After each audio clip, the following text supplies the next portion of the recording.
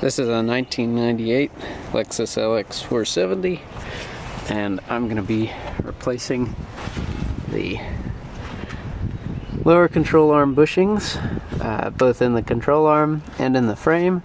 I'm also going to be doing the lower ball joints, because this one is absolutely shot.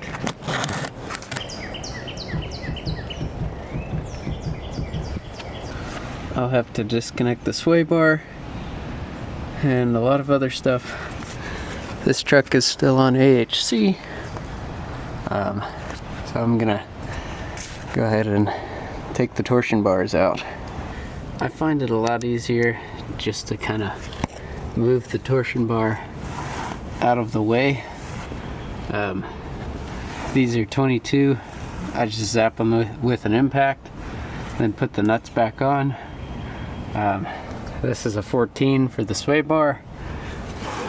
The torsion bar mount, you can just slide along the torsion bar and leave all of that inside the truck in order to get this out.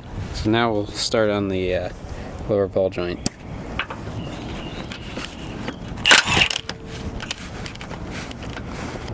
For this part, you want to leave the nut on there and grab your biggest hammer.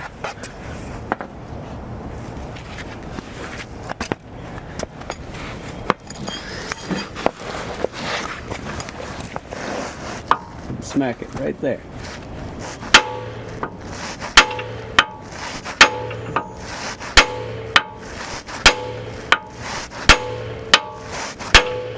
There you go.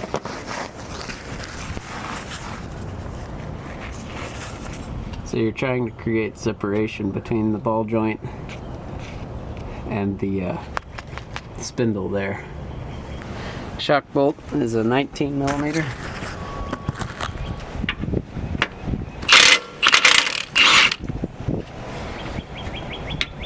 And there's a nut on the other side. And it appears to be also a 19.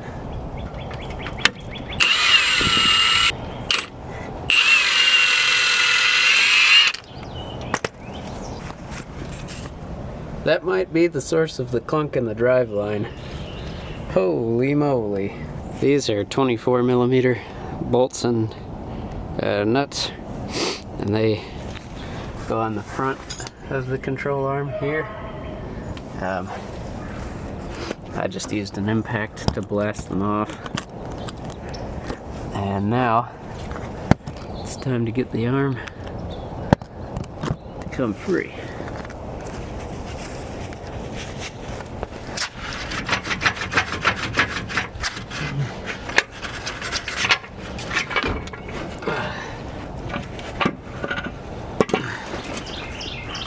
There you go. Easy money. Now you've got the control arm out. Well, there's what 400,000 miles looks like on your sway bar bushing and on the shock mount bushing. Alright, so for this part, I was able to make this work. I used a ball joint press kit from Advanced Auto Parts and actually an old bushing that I had pressed out of my frame. I used a spider gear.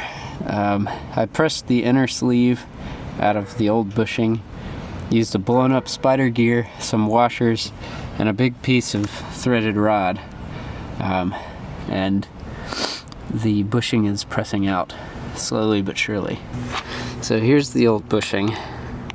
There's a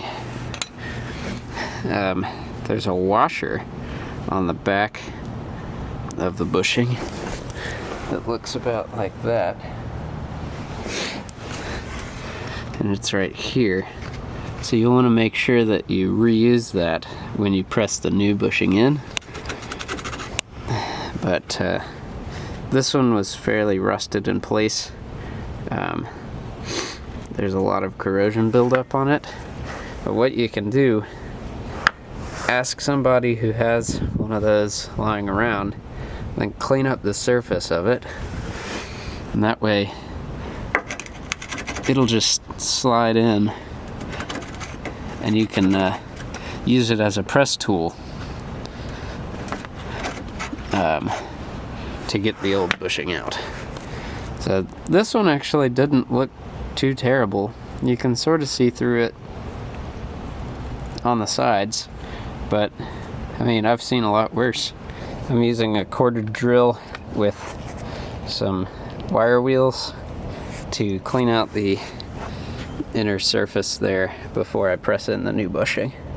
Here's the part number for the number 2 control arm bushing, and this does not come with the spacer washer, which goes on the back.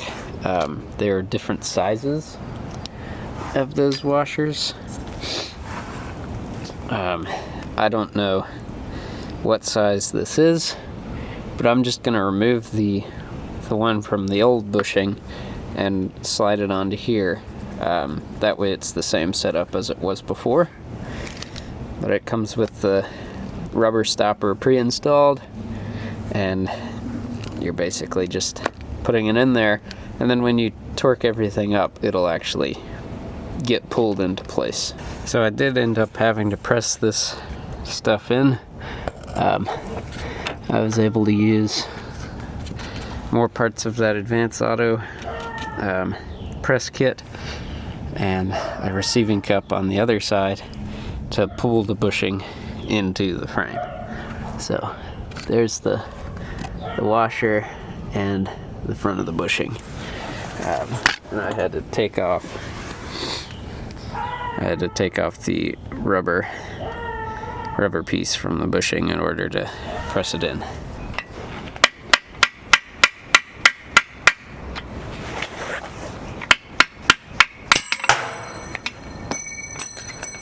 Wow, that was crazy.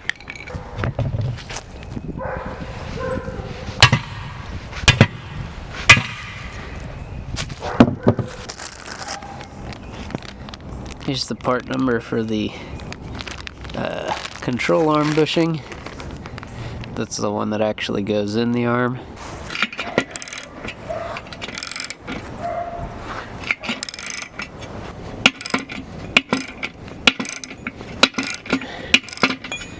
Alright, here's the old ball joint for demonstration.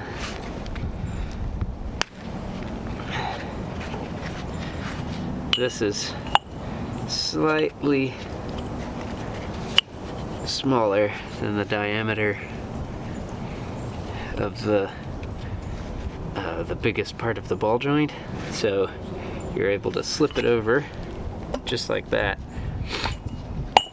And if you want to, you can press it in, but I just used a hammer and smashed it in there.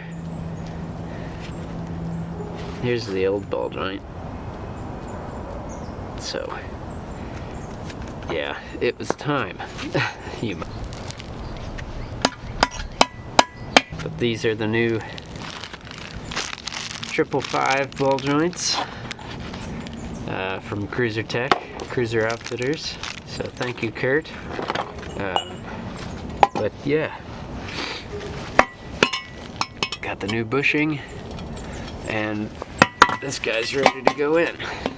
Okay, something I remembered is that you're supposed to torque these bolts up.